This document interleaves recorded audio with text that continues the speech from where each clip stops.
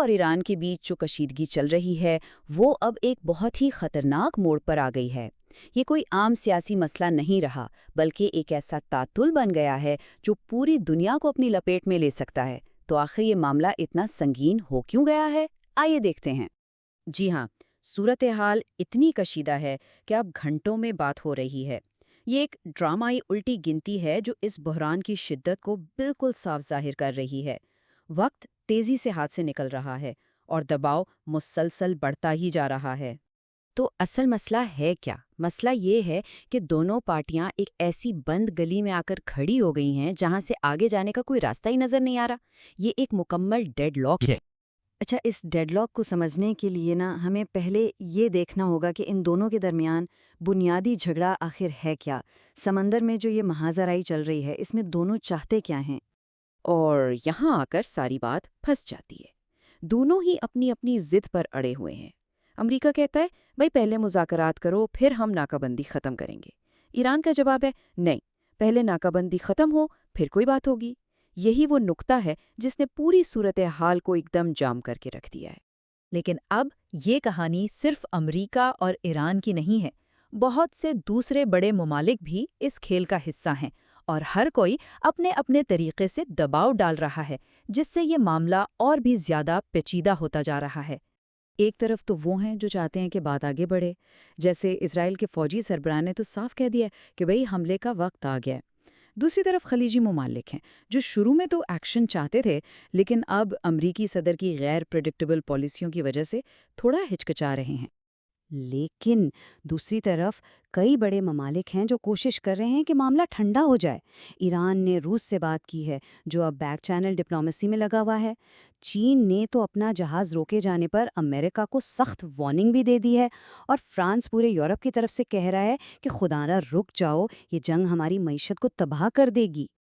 اچھا، اس سارے شور میں وائٹ ہاؤس کا کیا کہنا ہے؟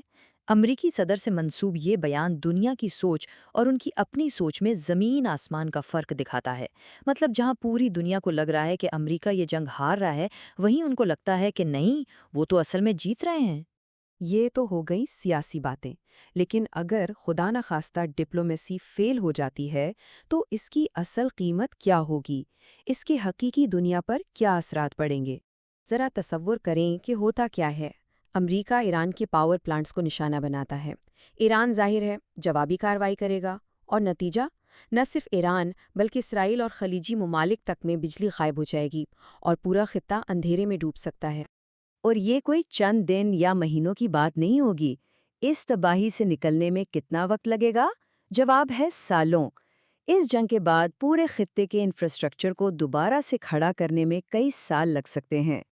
اور اس خطرے کو مزید سنگین بنانے کے لیے امریکی صدر نے مبینہ طور پر یہ وارننگ بھی دی ہے کہ وہ اب مزید اچھے آدمی نہیں رہیں گے۔ یہ ایک طرح سے واضح دھمکی ہے کہ ان کا صبر اب جواب دے رہا ہے۔ اب آتے ہیں اس تجزیے کے سب سے آپ کہہ سکتے ہیں چونکا دینے والے حصے پر۔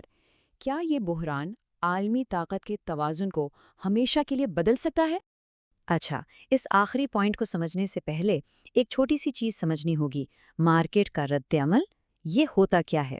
یہ بس وہ طریقہ ہے جس سے دنیا بھر کی مالیاتی منڈیاں یعنی سٹاک مارکیٹس وغیرہ بڑی خبروں اور لیڈرز کے بیانات پر اوپر نیچے ہوتی ہیں۔ اور یہاں ایک بہت ہی عجیب اور شاید تاریخ میں پہلی بار ایسا کچھ ہو رہا ہے۔ عالمی مارکیٹیں امریکی صدر کے بیانات کو کوئی خاص اہمیت نہیں دے رہیں، بلکہ ایران کے اعلانات پر ہل رہی ہیں۔ یعنی جب ایران کچھ کہتا ہے تو مارکیٹ میں ہلچل مچ جاتی ہے، لیکن جب امریکی صدر کچھ کہتے ہیں تو کوئی خاص فرق نہیں پڑتا۔ یہ ایک بہت بڑا دعویٰ ہے۔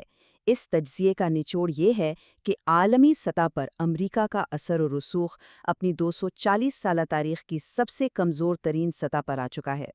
تو آخر میں سوال یہی رہ جاتا ہے کہ ایک ایسی دنیا میں جو لیڈروں کے الفاظ پر چلتی ہے، آج کس کے لفظوں میں سب سے زیادہ وزن ہے؟ یہ سوچنے کی بات ہے کہ عالمی طاقت کا توازن شاید ہماری آنکھوں کے سامنے ہی تبدیل ہو رہا ہے۔